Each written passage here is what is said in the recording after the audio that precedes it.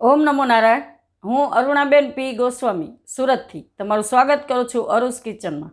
આજે આપણે બનાવશું ઘઉંના ફાડાની ખીચડી, જેને આપણે દલિયા પણ કહીએ અને થૂલી પણ કહી શકીએ. ઘઉંના ફાડાની ખીચડી બનાવવા માટે આપણે આ 1 કપ ઘઉંના ફાડા લીધા છે, જે આપણે આ રીતના કોઈ પણ રાશનવાળાની દુકાને મળી જાય છે. આ રીતના હોય છે. તો 1 કપ આપણે ઘઉંના ફાડા લીધા છે અને અડધો કપ આપણે મગની દાળ લીધી છે, જે પીળી આવે ને ફોતરા વગરની એ. 2 આપણે ડુંગળી મીડિયમ સાઇઝની આ રીતે સુધારી લીધી છે ને 2 બટેટા એને આપણે આ રીતે સુધારી લીધા છે. 2 ટમેટા એને આપણે આ રીતે સુધારી લીધા છે અને 1 કેપ્સિકમ એને આપણે આ રીતે સુધારી લીધું છે. થોડાક આપણે લીલા વટાણા લીધા છે અને થોડુંક આપણે ફ્લાવર લીધું છે, એને આપણે આ રીતે ટુકડામાં સુધારી લીધા છે. ને 1 ગાજર લીધું છે આપણે, એને આપણે આ રીતે સુધારી લીધું છે. અડધી ચમચી આપણે હળદર લીધી છે અને થોડુંક આદું લીધું છે અને 3 થી 4 આપણે લીલા મરચાં લીધા છે. આ બહુ તીખા નથી, મીડિયમ છે. મીઠું જોશે આપણે સ્વાદ પ્રમાણે. આ આપણે ઘી લીધું છે, આપણે ઘીમાં બનાવશું. જો તમારે તેલમાં બનાવવું હોય તો એમાં પણ બનાવી શકો છો. 1 ચમચી આપણે ધાણા જીરું લીધું છે, થોડીક આપણે હિંગ લીધી છે વઘાર માટે, અડધી ચમચી આપણે જીરું લીધું છે વઘાર માટે અને 1 ચમચી આપણે કશ્મીરી લાલ મરચું લીધું છે અને પાણી જોશે આપણે. પહેલાં આપણે મગની દાળ ને આ ઘઉંના ફાડા એને આપણે મિક્સ કરી લેવું આ રીતે.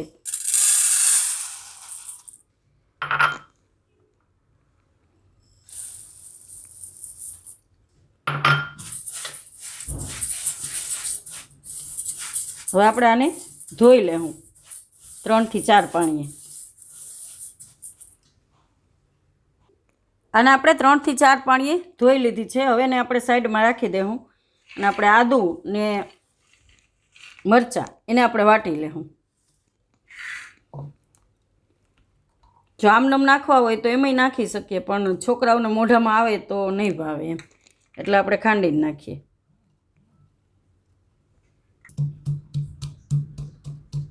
આમાં કોઈ પણ તમે શાકભાજી નાખવું હોય તો નાખી શકો, જે તમને ભાવતું હોય. ને ન ભાવતું હોય ને ન ખાતા હોય એ સ્કીપ પણ કરી શકો. જેમ કે ડુંગળીવાળું ન ખાતા હોય તો ડુંગળી નહીં નાખવાની, એમનેમ બનાવવાનું એમ. આને આપણે સરસ વાટી લીધું છે આ રીતે. હવે આપણે એને કાઢી લેવું.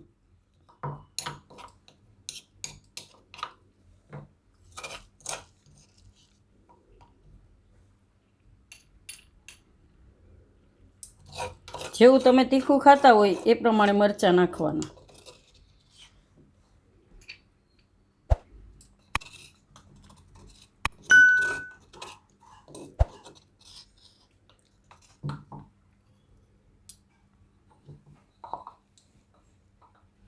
હવે આપણે વઘાર કરી લઈશું. આ કુકર લીધું છે, આપણે કુકરમાં બનાવશું. ગેસ ચાલુ કરશું આપણે. એમાં આપણે ઘી નાખશું.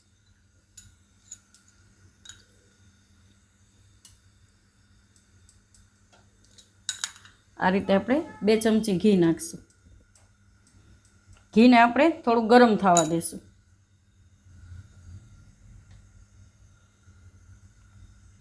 આ આપણું ઘી ગરમ થઈ ગયું છે, તો એમાં આપણે જીરું નાખશું. પહેલાં ઘીમાં જીરુંનો બહુ સરસ સુગંધ આવે છે. કોઈ પણનો વઘાર કરીએ ને, જીરું આપણે આ રીતે થોડુંક લાલ થવા દેવાનું. હવે આપણે એમાં હિંગ નાખશું અને ડુંગળી નાખશું.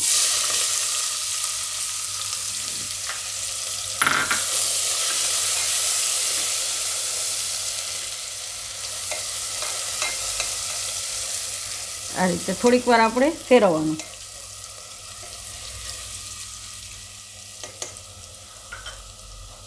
હવે આપણે આદું ને મરચાં નાખી દેવું.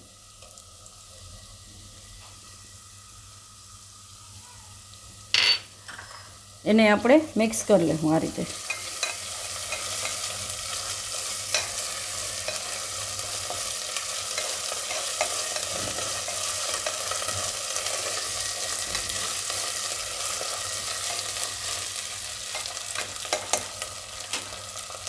હવે આપણે બટેટા નાખી દઈશું.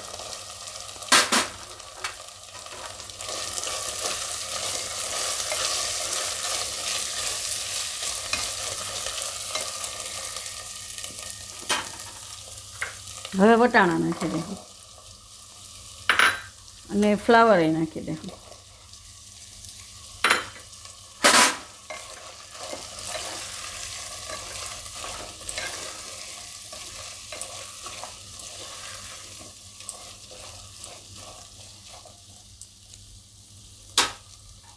હવે આપણે એમાં ગાજર નાખી દઈશું અને કેપ્સિકમ નાખી દઈશું.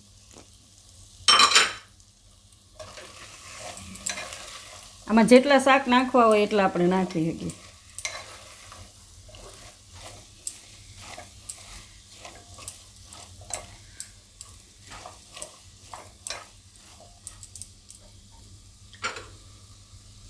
હવે આપણે હળદર નાખી દઈશું અને મીઠું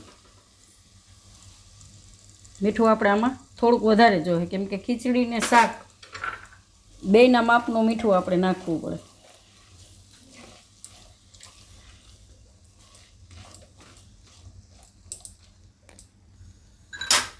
હવે આપણે ધાણા જીરું નાખી દઈશું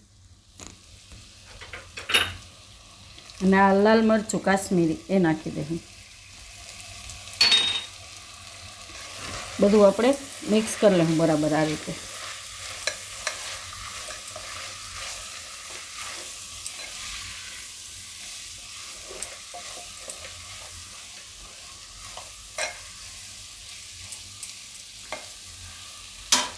હવે આપણે આમાં ટમેટાં નાખી દઈશું.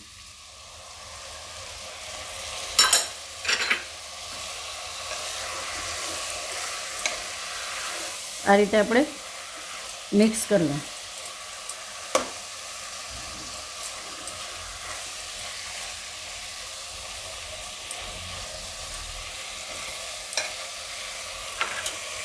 હવે આપણે જે ખીચડી પલાળીને રાખી હતી એ આપણે નાખી દઈશું આમાં.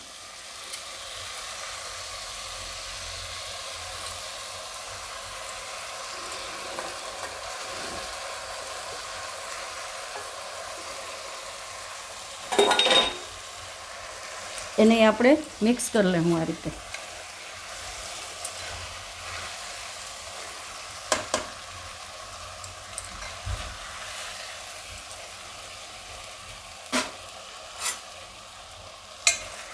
આ રીતે આપણે બરાબર મિક્સ કરી લઈશું.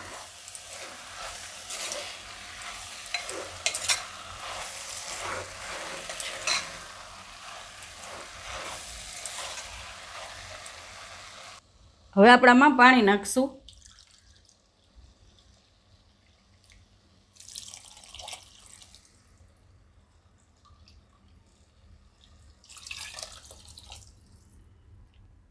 આમાં આપણે 3 કપ પાણી નાખશું.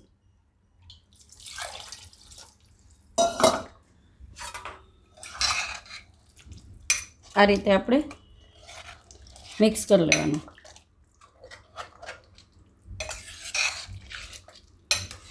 મિક્સ કરીને જોઈ લેવાનું, વધારે પાણી જરૂર પડે તો આપણે નાખવાનું એમ, કેમ કે આ ખીચડી થોડીક ઢીલી હોય છે.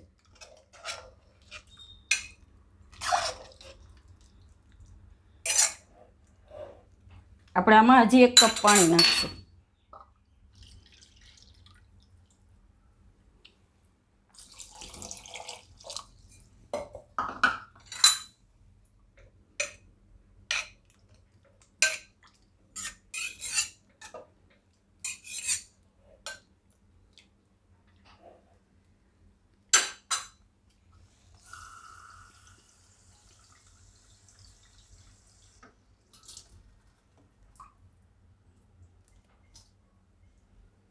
હજી આપણે 1 કપ પાણી નાખશું, એટલે ટોટલ આપણે આમાં 5 કપ પાણી નાખ્યું છે. કેમ કે દાળ પણ પાણી પીએ અને શાકભાજીમાંય જરૂર પડે અને ઘઉંના ફાડાને પણ. તો આ રીતે આપણે 5 કપ પાણી નાખ્યું છે. આમાં આપણે જોઈ લેવાનું, પાણી આપણે જે ખીચડી હોય એની ઉપર એટલું પાણી હોવું જોઈએ. એટલે આ રીતનું આપણે પાણી નાખવાનું. હવે આપણે આને બંધ કરી દઈશું કુકર અને થોડીક વાર આપણે ગેસ ફાસ્ટ રાખશું, હવા ભરાય ત્યાં સુધી, 1 વિસલ થવા આવે ત્યાં સુધી. પછી આપણે એને ધીમો ગેસ કરીને 2 વિસલ ધીમા ગેસે મારશું. આપણે આમાં 3 વિસલ થઈ ગઈ છે. હવે આપણે ખોલીને જોઈ લેવું.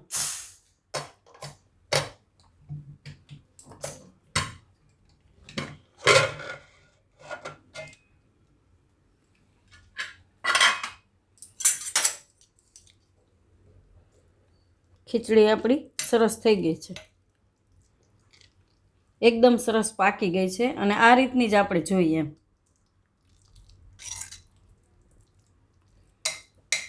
આટલું પાણી નાખવાનું એટલે આ રીતે પરફેક્ટ થશે.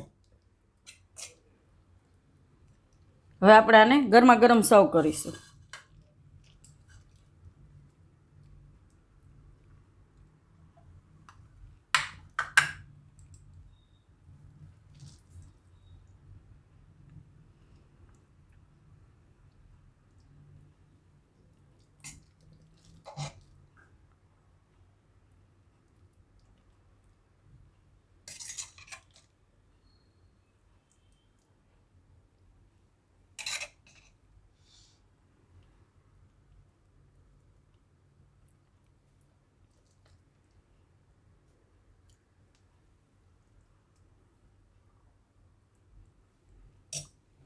ઉપર આપણે થોડુંક ઘી નાખશું.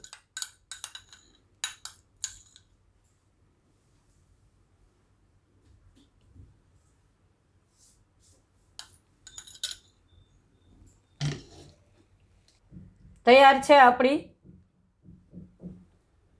ઘઉંના ફાડાની ખીચડી. જો તમને મારી આ રેસીપી પસંદ આવી હોય તેને લાઈક કરજો, શેર કરજો અને મારી ચેનલને સબસ્ક્રાઈબ કરજો. અને બેલ આઇકન દબાવવાનું ના ભૂલતા. કમેન્ટ કરીને કહેજો કે તમને કેવી લાગી આ ઘઉંના ફાડાની ખીચડી.